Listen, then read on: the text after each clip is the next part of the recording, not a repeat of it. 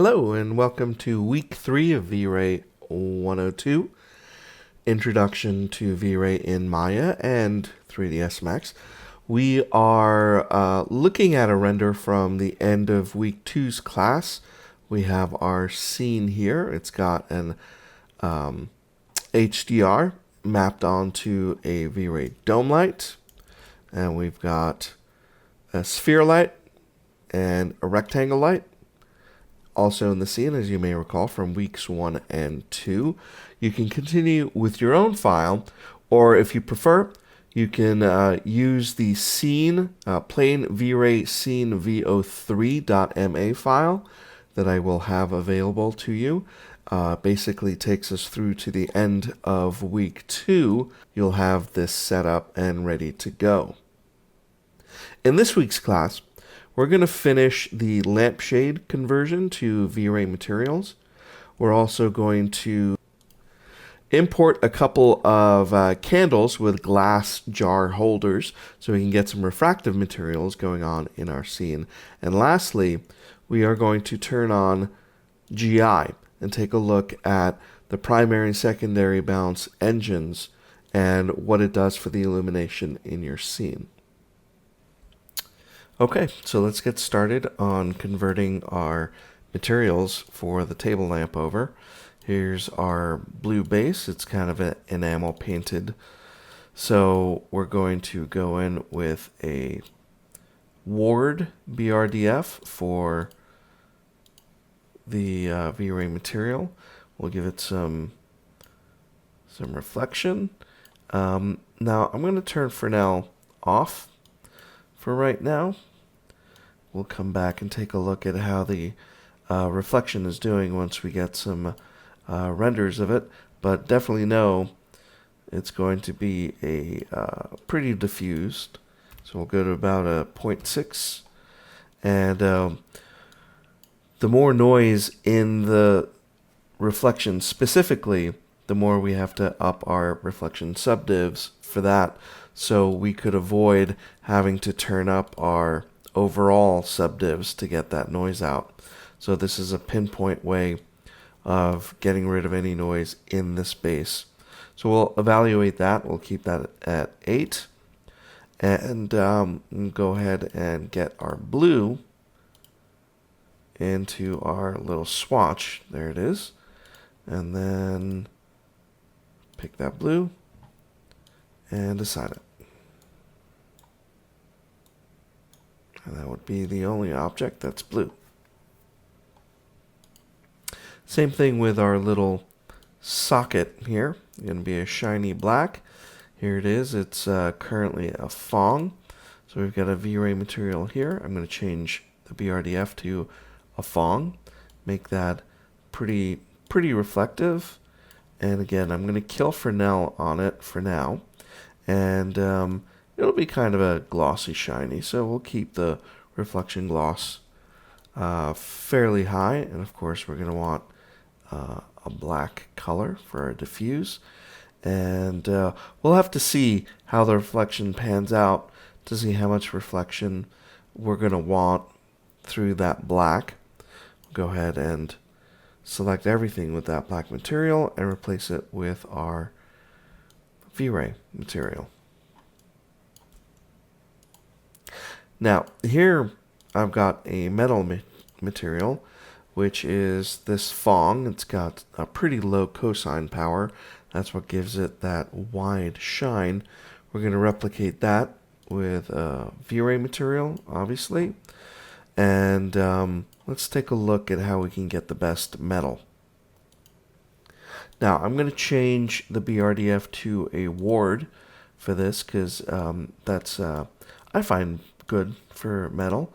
We're going to turn the reflection way up, make it kind of chromy. I'm going to turn Fresnel off for now, and we'll go ahead and apply to this. So this should be a pretty reflective chrome, and we'll take a look in render. And you can see we've got a base that's a little too reflective, And we've got a very chromy stem here. We'll hit escape to stop our render here. Now, since this is metal, we really do want Fresnel. So turning Fresnel on, we're going to lose a lot of our reflection, and that sort of chrome look is going to kind of go away. So let's put this in our buffer so we can compare, and we'll render that stem out again with Fresnel turned on. Now I haven't reduced reflectivity or anything like that, but you notice it loses a lot of its luster, and it tends to just look like a gray stick at this point. And that's because the Fresnel is really getting rid of a lot of the reflection that you would see in the stem, in favor of having it really at the glancing angles at the edges. We don't see a whole lot of that. So I'm going to basically change the Fresnel amount. You'll notice that we have a checkbox called Lock Fresnel IOR to Refraction IOR. This basically locks my index of refraction for my Fresnel to whatever my refractive IOR is, which is set down here, refraction IOR. And basically those are pretty much locked together. I can unlock them, obviously, and then I've got separate IOR for Fresnel and refraction. I'm not refracting. This is not a glass stem, so it really doesn't matter so much, but I'm going to go ahead and leave this off and deal directly with the Fresnel IOR. Basically, the higher that this number goes, the more of that reflection you'll get back. So at some point, with a high enough IOR for the Fresnel, it'll start looking like the Fresnel is turned off. So I'm going to set this for now at, let's say, 4.5. And we'll take a look at how the 4.5 will start returning some of our reflection to the middle, or the facing angles. See that we're getting a little bit of reflection back in to our stem. We do want the stem to be pretty chromy, but we don't want it to be as garishly chromy as it was when Fresnel was turned off. So here's 4.5, and here is no Fresnel. You can see with the 4.5, we're starting to get reflection off of the edges here. So I'm going to settle this Fresnel at about 9. That should get us a pretty good metal without having a Fresnel be totally off. When you start getting your Fresnel above into the teens, that's when it starts looking like it's been turned off. So here we've got a much more feasible looking metallic stem. And we can start changing our reflection gloss to set how brushed or how polished this stem is. Now I'm going to go ahead and set this to about 0.8 for my gloss. That'll give us, put this into our buffer. That'll give us some nice reflections, as well as a little bit more of a expected speck hit across. And we're going to leave it at that. Now let's address the base is a little too reflective. So let's get that loaded up here. And same thing, we have Fresnel turned off. So I'm going to go ahead and turn Fresnel back on. And I'm going to unlock my Fresnel IOR. Set this to about 5.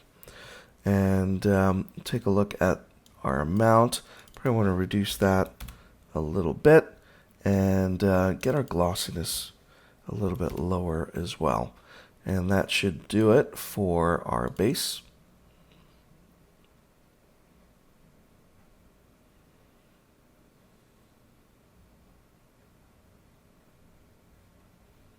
And you can adjust this to be more or less glossy the way you like it, but it's got a little bit of a kind of a matte enamel finish to it right now.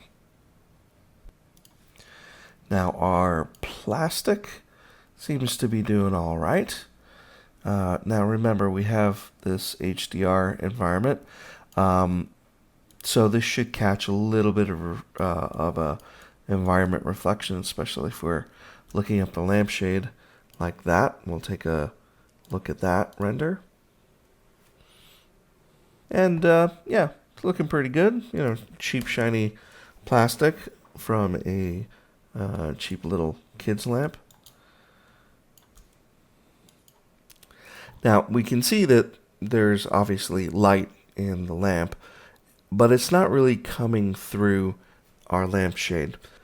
So what we're going to do is we're going to create what's called a two-sided shader in V-Ray, which is a really good way of making a translucency, like a paper or a leaf, that especially when it's backlit.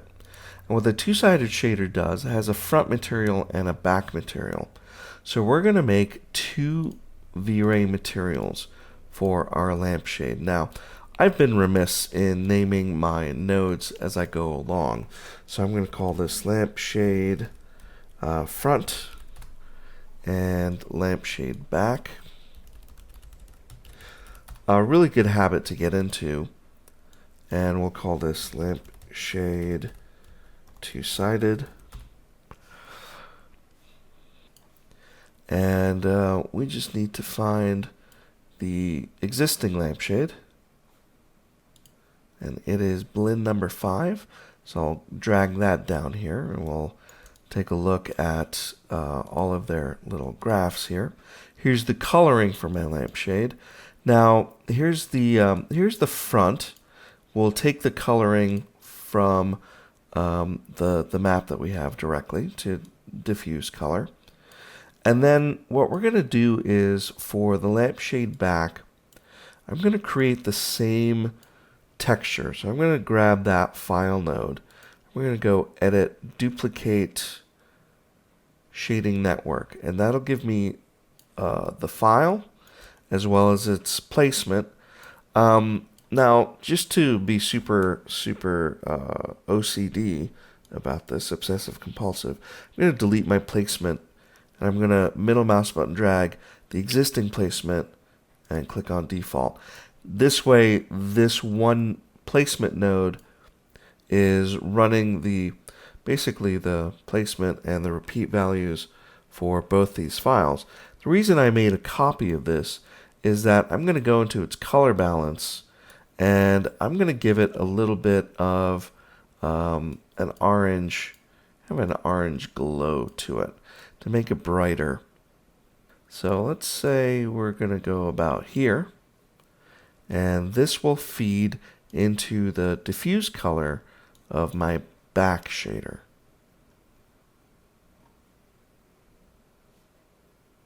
Now, we have our two-sided shader. Here's our front material and our back material. And the translucency is basically going to be governed by how much light is coming through from the back of the object.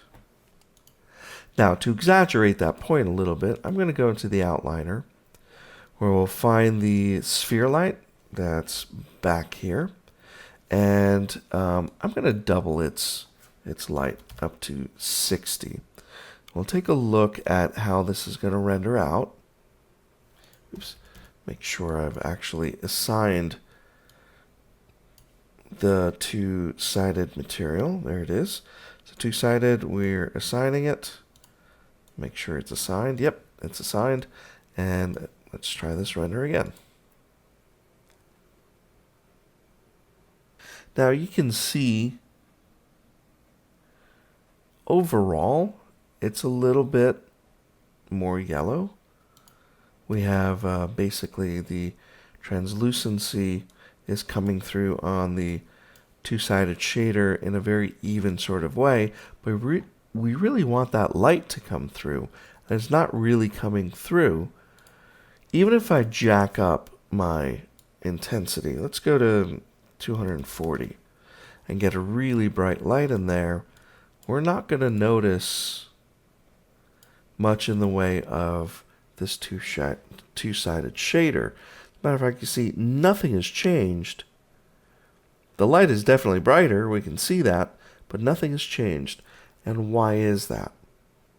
Well, it's really quite simple. The two-sided shader works on single-sided geometry. What we have with this object is two-sided geometry. So for example, if I select a few of these faces and I delete them, see that there's these back faces on the other side of the lampshade. So this lampshade was created with a bit of thickness. I'm going to undo the deletion of these faces. What I really want to do is delete the inside row of these faces.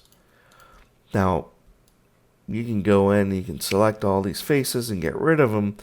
Easiest thing to do, fastest thing to do, I find, is actually to use the UV texture editor. Let's get these windows out of the way here. And I'm going to go into the UV texture editor. And because this has been laid out, it's flat.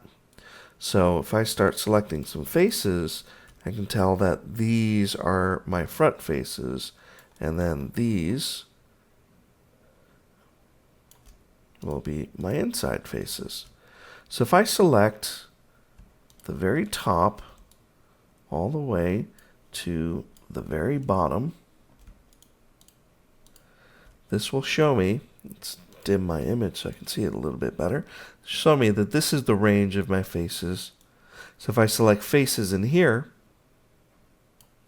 I will select all the inside faces of the lamp and delete. Now I only have a single surface here. Now if we go into our render, that two-sided shader should actually start working pretty well. So let's take a look at a new render. Turn off regions and hit the teapot. As you can see, the light is really blistering right through that lampshade. Now, it's pretty hot. We're going to go back into our light sphere and we're going to turn that back down. So let's keep it at 60 and see what sort of light contribution we get.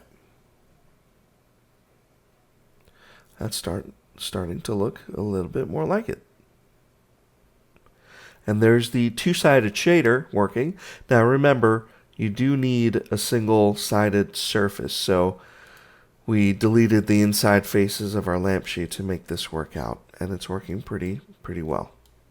And for the little trim that we have here, we've got just a regular old Lambert.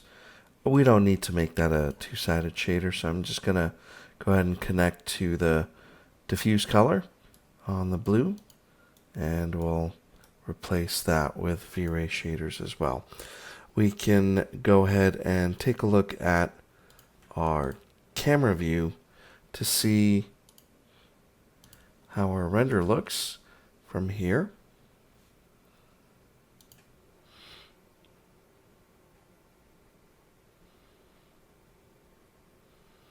And here we can see that the two-sided shader is giving us a nice little glow on the sphere light bulb for our lamp.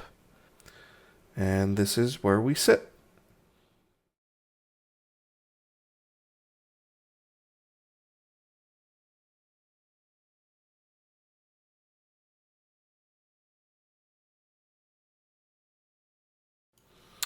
Now, so what we're going to do is import a couple of glass candle jars. We're going to File, Import, and you'll first want to import the file candles import.ma. It's about a 90 meg file. There's a low poly version that we'll come to and use in a little bit, but for now we're going to pull in candles import.ma. You should have that file available to you from the first week that you downloaded the project. And here we are. We've got a couple of candles that sort of sit here in our scene. Take a look in our perspective view, take a nicer, closer look at these guys. And they also have some MIA materials for their shaders already assigned. So we're going to go ahead and create V-Ray materials for these. And we've got glass. We also have this little plastic stopper, which is a little translucent. And then, of course, we've got a little black wick in the inside there, and also a kind of a pale burgundy candle wax itself. Let's go ahead and take a look in the hypershade and see what we're looking at here, and also the outliner. We'll see these are grouped together, and pretty simple. We've got a bottom and a top group with 5 pieces of geometry. Let's select that geometry and graph the materials. We've got 4 different materials. We'll do the glass one last. We'll start the easiest one, which is the wick, simple V-Ray material that is very dark. Should just about do it. Select these objects and assign that. So we're good there. Next is our wax, which is a little bit shiny, but fairly matte. So I'll make a V-Ray material. I'm going to keep this as a blend. I'm going to give it some full reflection color, but I'm going to back off on the amount quite a bit, and its reflection loss is going to be quite low. And of course, I'm going to turn off Fresnel. And let's see, so a little bit will go a long way. Reflection loss pretty low, and we'll judge what we need to do with reflection subdivs. The lower this goes, the higher this usually goes to get rid of noise on a per shader basis. So we'll grab color. Let's go in, we'll grab that color. For some reason, if I click on the color swatch and I click on it again, that existing color is put into the swatch saver. That way I can go in and assign that same color. And there's going to be a little bit of difference, obviously, in that look. With the grade is quite different, but we will see how the candle looks. Now, candles tend to be a little bit more of a subsurface scattering. We won't be dealing with that in this class just yet. So we want, kind of a plasticky, waxy look for now. And now for the glass. So glass is actually fairly simple to do in V-Ray. We're going to start with a V-Ray material. And as I mentioned in a previous class, we don't want to use the opacity map to make the glass transparent. What we want to do is use the refraction. Same thing as with reflection, you want to turn up the refraction color to start getting a refraction of the object. And you can deal with how much you want. This will be fully refractive. It's a clear glass. We're going to put a little bit of a coloration into it, which we can do with the fog color. If I add a little bit of fog color, it gives us kind of a smoky glass. If you start tinting that fog color, you'll start getting a tinted glass. And the darker, the heavier that fog will be. Now, fog color, a little bit goes a long way, and we'll give it maybe a very slight blue tint to the glass. We're going away from this kind of smoky gray glass, but hey, that's our prerogative. And as with the reflection, we have glossiness as well. So we can start frosting that glass a little bit as well. So I'm going to leave that at full 1 glossiness for now. You'll notice that it also has a refraction subdivs the lower the refraction glossiness goes, the higher the subdivision may have to go to get rid of that noise. But we're going to leave that alone for right now. Here we've got refraction IOR. This is going to dictate how much of a refraction that we're going to see. And typically glass, they say, is about a 1.6. I'm going to leave it at 1.6 for now, and we'll come back and we'll play with that. Use interpolation. You've seen this on the reflection. It's also existing here on the refraction.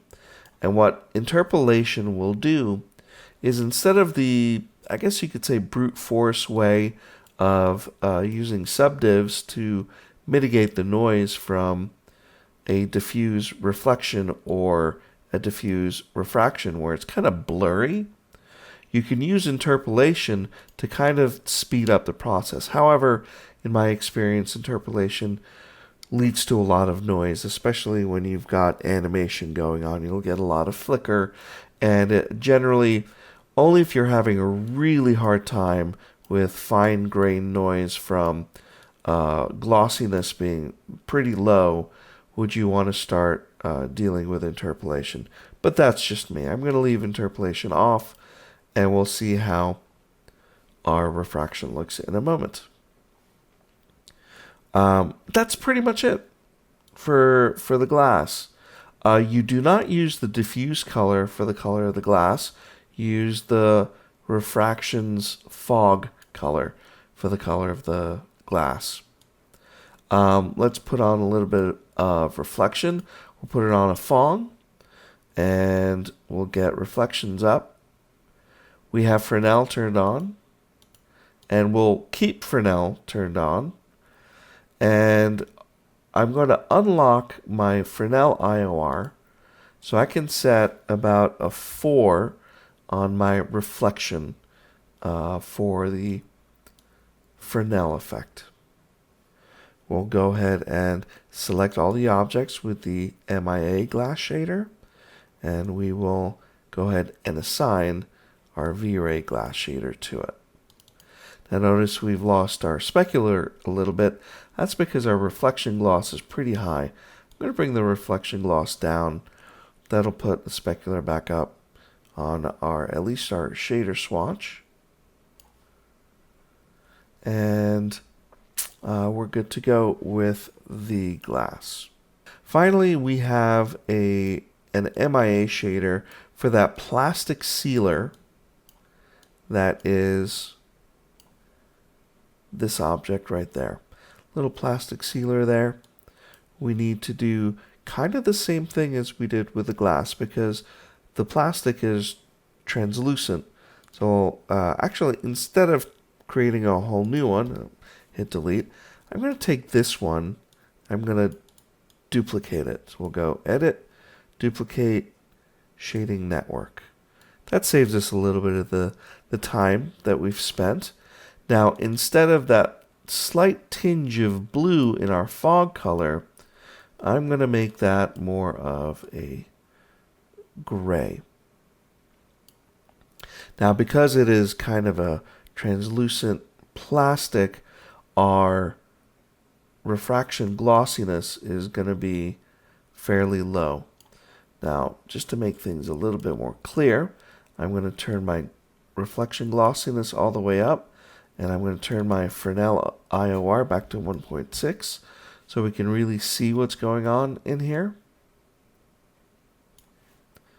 And my refraction glossiness is going to be about, let's say about 0.35. And I'm pretty sure we're going to be upping our subdivs a little bit. And let's get our fog color a little bit brighter.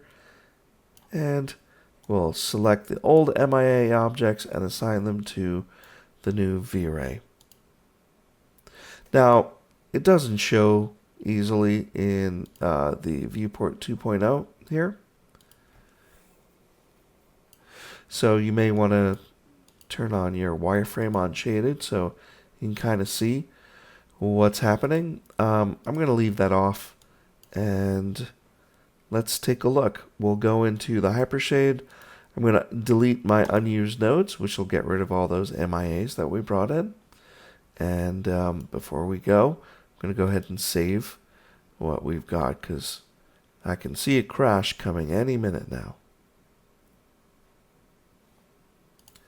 Now it's going to take longer to save this scene because, quite honestly, the candle import model that we brought in was 90 megs, and that's a lot. These are pretty high tessellated models. They're very smooth in the geometry. We're going to take a look at how these render out, but they are pretty ridiculously large for what they are. We have low poly versions that we'll take a look at a little bit later as well. And without further ado, let's set our viewport 2.0 in here, and let's render and see what we've got.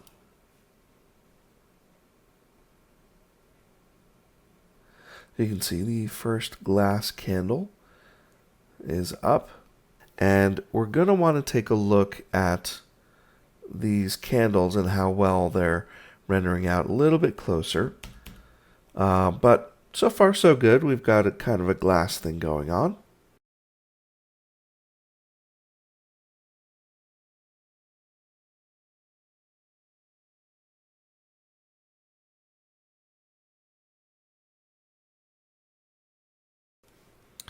So now let's take a closer look at how these candles want to render out.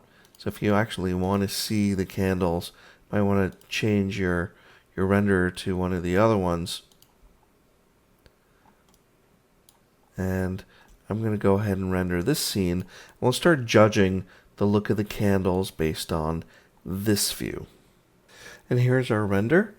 Notice a few splotches of noise here. That could be sampling as well. We'll take a look at mitigating that kind of noise in a future class. Let's go ahead and play with the candles. One thing of note is that the wax on the inside seems an awful lot darker than what we set it out to be. What we need to do in our glass shader is to turn on affect shadows and also affect channels to all channels. And what this will do,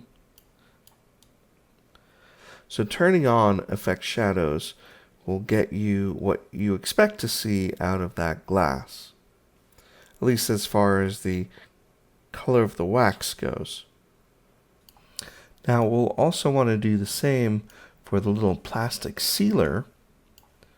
So in our plastic sealer, we're going to turn affect shadows on and affect channels, all channels. What this allows us to do is to see whatever's happening in the lighting and the rendering to affect any and all channels, RGBA and any other matte channels and things like that that we choose to use. So let's render out the new sealer with the affect shadows turned on. Although the glass is pretty refractive and it is a little bit dark in here. We're going to help that overall illumination by turning on GI next. So we've got the plastic sealer, and we'll do a full render of the two candles to see where we sit. I'm going to do that right now.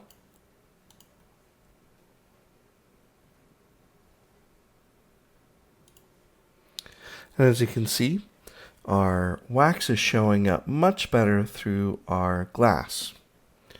Now, one thing I'm having a little bit of trouble with is just how dark the glass looks. It looks like a dark smoked glass, and that's really not what we did here. We did a very little blue tinting with the fog color. So you can see the fog color is very, very bright. So this is a little bit troubling. We should see a little bit more clearly.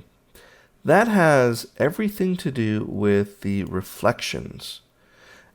We have a fairly dark IBL in the scene, where there's lots of areas of darkness, that's what's reflecting and making the glass look dark.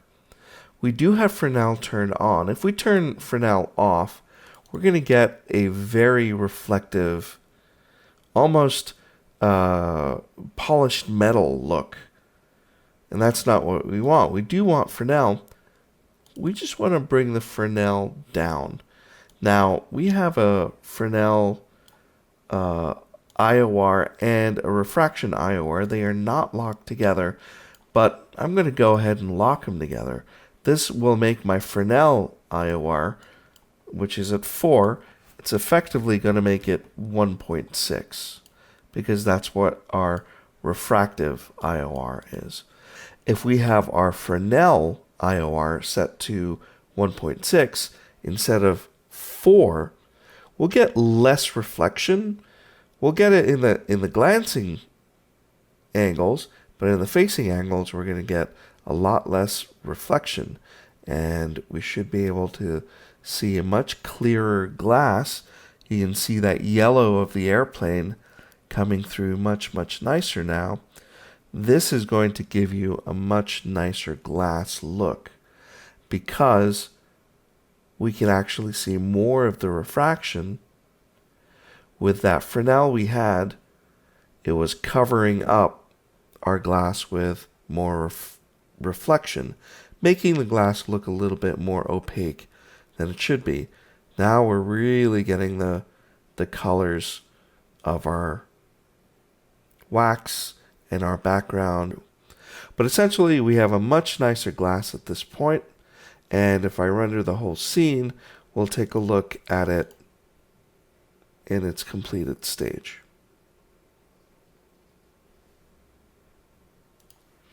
And here we go. We have a much nicer glass look for our jars with the wax inside and our little wicks sticking out. That again was about the IOR, all about the IOR. Now the last thing I'm having a little bit of an issue with is how dark that little plastic sealer insert is. So not terribly happy with its shader. It was based on the glass before, so let's start a whole new shader now. We'll do a regular material. We'll go ahead and select the plastic sealers and assign them to this new material. And we want kind of a bright plastic. So I'm just going to turn the diffuse color up to white. And if we render this now, this should come out much, much brighter than it is now. So I think our problem with the plastic shader on that little lid was that it started with glass and it's just refracting and just getting really pretty dark in there. So now that just solid white plastic is showing through, now we can go in and start giving it more of a translucent white plastic. So first we'll begin by giving it some refraction so that it is see-through, but we're not going to go all the way. We'll take the refraction color and back that off. So it's only a very, very slight bit. We also need to turn on effect shadows. And while we're at it, we'll turn channels to all channels. And we'll render what a little bit of refraction with effect shadows turned on will do. Instead of being that solid white, we're going to start getting a little bit better of a plastic feel for that little stopper. And finally, for this week's class, we're just going to turn on GI and take a look very briefly at what it's going to do for our overall illumination. Now, GI, global illumination, is basically a checkbox away. We've got primary and secondary bounces. We'll be taking a look at the engines, the differences between the engines, differences between primary and secondary bounces in next week's class. But for right now, I'm just turning it on to its default irradiance map for the primary and brute force for the secondary. And we're going to go ahead and render this whole frame and take a look at how this will compare once we get our render done. Now, with irradiance map, as with other caches for GI, you're going to get a couple of pre-passes. Now, for the way irradiance map is set up now, you can see we're on pre-pass 2 of 4. You can see in the lower left-hand corner. And what this is doing is doing an illumination pass to see how bright things are going to be because of the bounced light. It'll just keep refining and refining. When it is done with the pre-passes, it'll go and kick into the full render. We can see that we're going to get some extra illumination in a lot of these areas, especially around where that plastic sealer is, but also up around these corners where light wasn't really getting to in a direct fashion. Now that it's bouncing around, we're going to have a little bit of extra light cast onto the floor and throughout the scene. And as we near the end of our pre-pass, we are going into the actual render of the scene. And I'm going to mouse over these areas so you can see the difference between the illumination pre-pass and what the final render is going to kick out for you. Because of that GI, we're getting a lot more illumination on our little plastic stopper, which is much, much nicer than before. It really brings out that white translucent plastic. We go into this corner where the candle meets the airplane pontoon. We're going to be able to tell the shadowing in this area is going to be much, much more photo accurate because of that extra light that is bouncing around in the scene. And as our render resolves, you can tell that it's a much softer, much nicer solution. And save this in the buffer and compare it to the non-GI. Here is our non-GI version and our GI. All else being equal, there's a ton more information that we're getting from the GI version. It's subtle, but that subtlety makes a giant difference in the veracity of our render, especially with the soft rubber or plastic sealer that we have on the jar cap here. Makes a really, really big difference with how that looks. It also helps mitigate some of the dark areas. We see more illumination on the walls bouncing around, as well as coloring of the light. So when light bounces, it picks up color of what it's bouncing from and makes these harsh, dark, shadowy areas much more real. We're picking up more scene color with having just turned GI on in the scene. Changing the types of engines that you're using for the primary and or the secondary bounces won't drastically change the look of the scene so much as the efficiency and the types of noise and how to control the noise that you'll get and the accuracy. We'll cover these in our next class. For now, just turning it on with its default irradiance map and brute force makes a nice, pretty render. And that's it for this week's class. Next week, we'll deal a lot more with GI, as I've mentioned before, as we continue with this scene.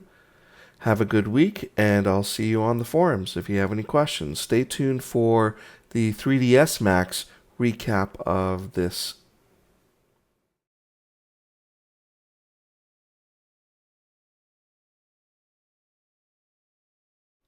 And here we are in 3D Studio Max. You can go ahead and open up Plane Scene v03, which is part of the files you can download from the Week 3 Files Max version that's available to you on the site. Or you can open up your latest scene. You should have something pretty similar to this. We're going to take care of the lampshade and also get the wood floor in here and kind of get those going really quick. We'll also talk about doing the two-sided shader in Max, as well as importing our glass candles, doing a refractive shader, and turning on GI. Okay, first we're going to start with the floor material. So I'll go and create a V-Ray material. And we're going to be putting a diffuse map on it. This will be a bitmap. And that you will find in the same folder. It's called Table Wood. Let's get that assigned.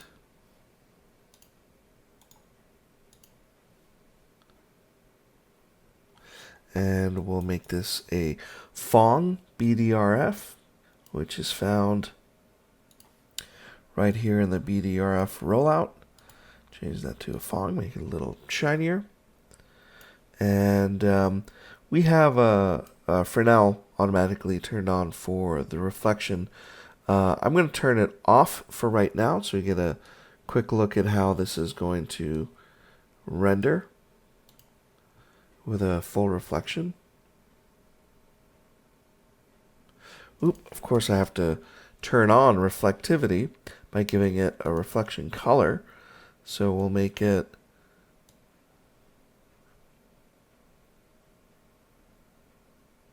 about here. And then we'll try this out again. Just start getting a reflection. There we go. That's pretty severe. Let's try the Fresnel and see how much of that we lose. Oh, that works out pretty well. So we'll go ahead and keep Fresnel on, and we'll keep the Fresnel IOR at 1.6. If I do want to adjust it, I just have to unlock my little lock here.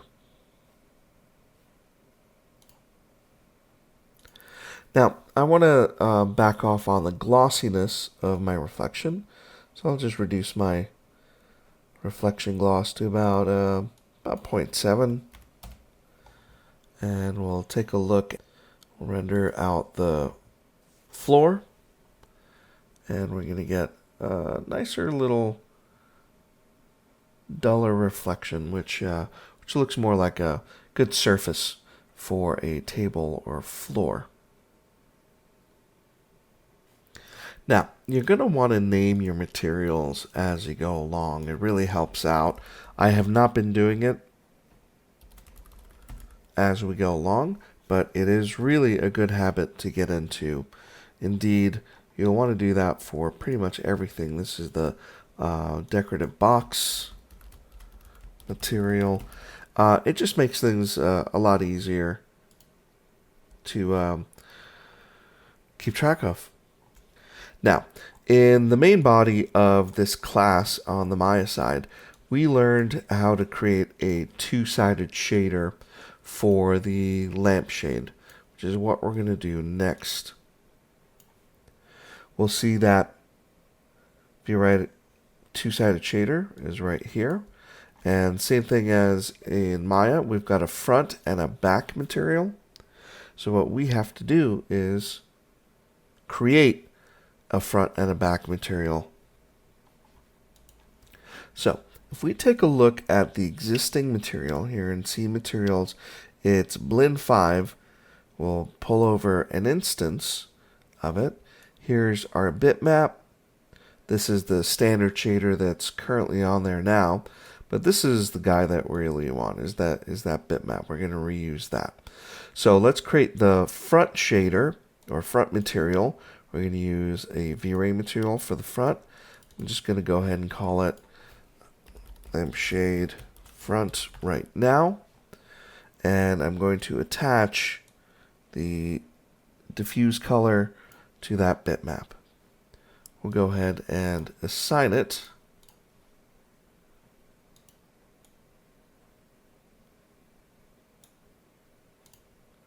And there we go. Test it out, make sure it's okay. All right, that looks good. Okay, so we actually need to put this on the two-sided material. And I can do that by just click and dragging my output socket straight to my front material. And we'll use the instance, not a copy. You definitely want to make sure it's set to instance. And we've got the first one on there. Let's make sure that we are connected to the two-sided material. If you're missing that bitmap, it should be right there next to your max scene file. It's called lampshade patch. So that'll be right there. Now I'm going to make another one because I'm going to adjust the coloration. So I'm going to make a new bitmap. And I'll select that lampshade patch. And this will be adjusted in its output. And what I'm going to do is enable my color map. And here I'm going to go into my RGB, and I'm going to start adjusting it to make it a little bit brighter. I'm going to take the R, move it up to get a little bit more of that red in there. Go to my green, also up the green so we get a little bit more of that yellow. Then I'll switch over to my mono, and I'm going to make it quite a bit brighter. You can also add points and move them. Much brighter. Let's go back to RGB and add a point and get my red.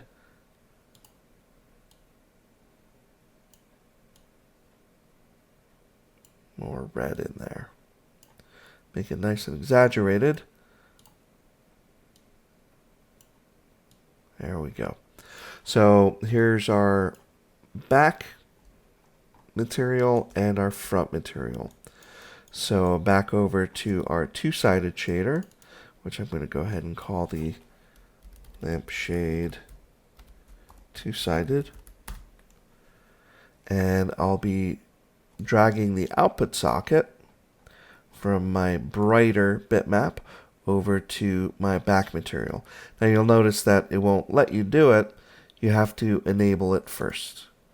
Once you enable it, I need to create a material for my back material. So we'll go ahead and we'll make a vray material here.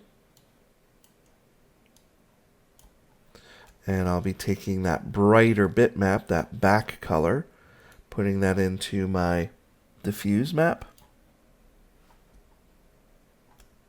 And then back into the two-sided shader, drag the output socket over to my back material as an instance, and hit OK. So here's my two-sided material. We have a light back there. So let's go into our Scene Explorer and find that sphere light, which looks like it's this one. We'll call this the lampshade sphere light. And let's go into the modify panel and boost. I think we had a 60 on the Maya side. And let's see how this looks with the two-sided material on the lampshade. Now notice nothing happened. Now why is that? If you recall from the Maya side of the video, the geometry needs to be single-sided, and this lampshade was created with two sides. So what I've done is I've gone in and I've selected the middle row of faces on the inside of the lampshade all the way around. I'm going to hit grow a couple of times to select all of the insides, and I'm going to hit delete.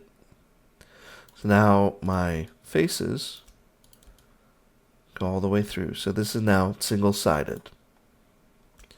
Going to go ahead and save my scene as the next version up. You never know when crashes will happen. So we'll go back to our camera and render this puppy out. And there we go. We've got the glow from our light coming through the lampshade, and we are all set there.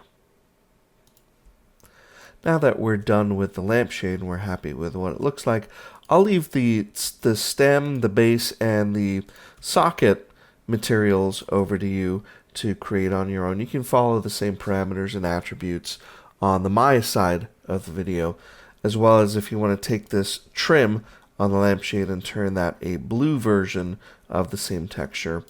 That is certainly up to you.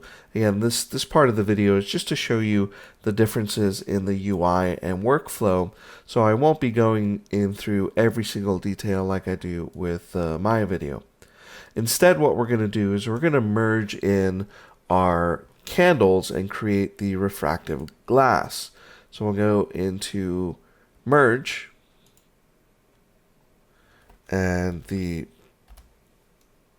candles import.max file. Now, this is a large file. It's 125 megs. It's pretty tessellated, just like with the Maya version. There's a reason for this madness. We're going to go ahead and use the low poly next week and talk about some V-Ray subdivisions at render time. But for now, we're going to bring in the ridiculously tessellated candles import.max into the scene. We're going to bring all of it. I'll hit OK.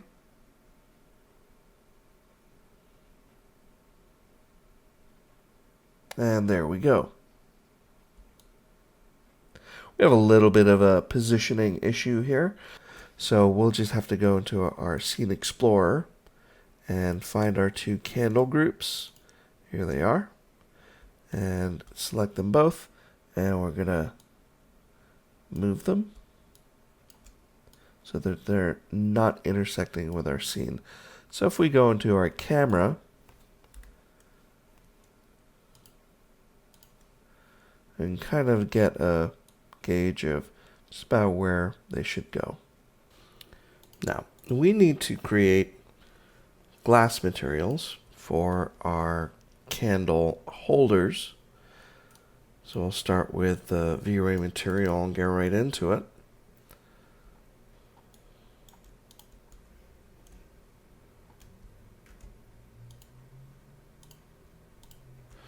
And assign it.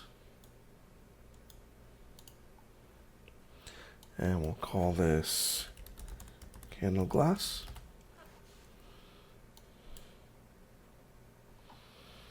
And great. We're going to have some reflection for sure, but we're going to keep Fresnel turned on. And we will go to refraction and turn refraction on all the way there. We'll keep the 1.6 for IOR. And just like we learned before, we're going to turn on Effect Shadows. Now we added a slight blue to the fog color. Very slight. Put that in there.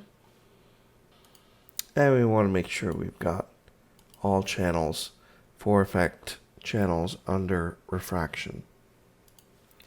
And we'll make our wax shader for the candle itself. Again, a regular V-Ray material.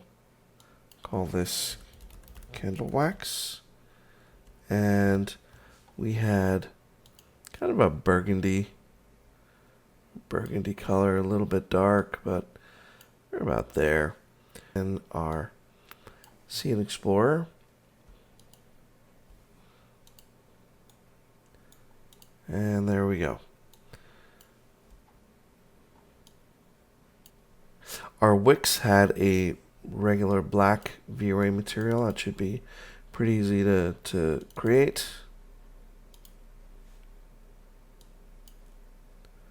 Or at least pretty dark. Call that wick material. and then we'll assign that to the wicks. Okay, now before I forget, let's finish up our candle wax. We're going to have a little bit of a reflection, and that is going to have a fairly low gloss. I think we have it somewhere around 0.7 for that. And again, the parameters and the attributes that you see here are pretty much the same as what you see in Maya.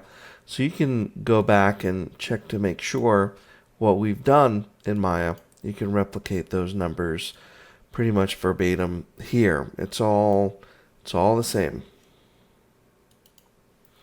And lastly is going to be this translucent plastic that we're going to make for the little rubber stoppers. And I'll call that the plastic sealer material. And we had a diffuse of white. And we had a little bit of refraction. Not much. Maybe around there. With a pretty low glossiness. Not too terribly low, but around 0.6 should do it. And of course, affect shadows. And we'll turn on all channels. So let's render our scene here and see what our candles are up to. And here we go. We've got a pretty good glass. Now, if you remember, the stopper in the Maya renders was pretty dull and pretty dark as well until we turned on the GI, which we can do here pretty simply through the render settings window. And here we have the GI tab, and boom, there it is. Default, primary, irradiance map, and brute force. Now remember, with 3ds Max, you've got basic, advanced, and expert level. If you want to change any of these settings, if you don't see some parameters or attributes we're talking about, you may need to switch to the other user levels. But for now, we're just going with irradiance map and brute force. Let's put this into our history buffer. And with this turned on,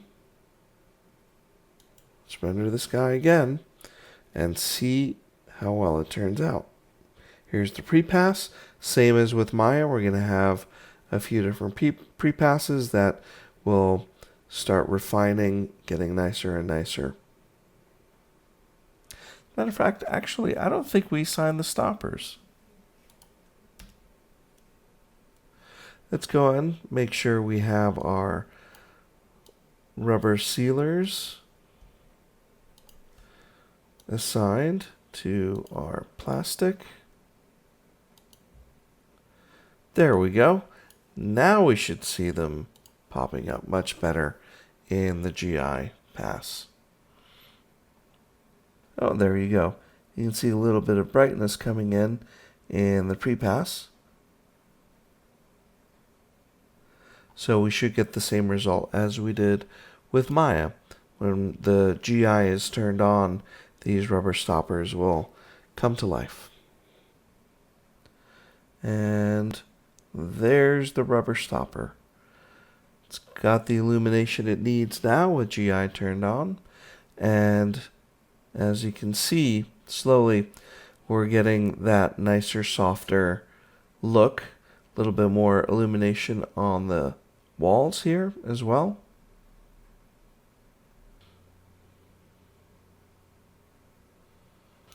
And here we are. Take a look at the non-GI render. We are seeing much the same result as we did with the Maya renders. The light from the lamp, the plastic sealers, the less harsh shadows, and the increased illumination on the walls generally make this a nicer render with GI actually turned on. And that's pretty much it for the 3ds Max portion. Hope you had a good time, and I'll see you on the forums, and I'll see you next week.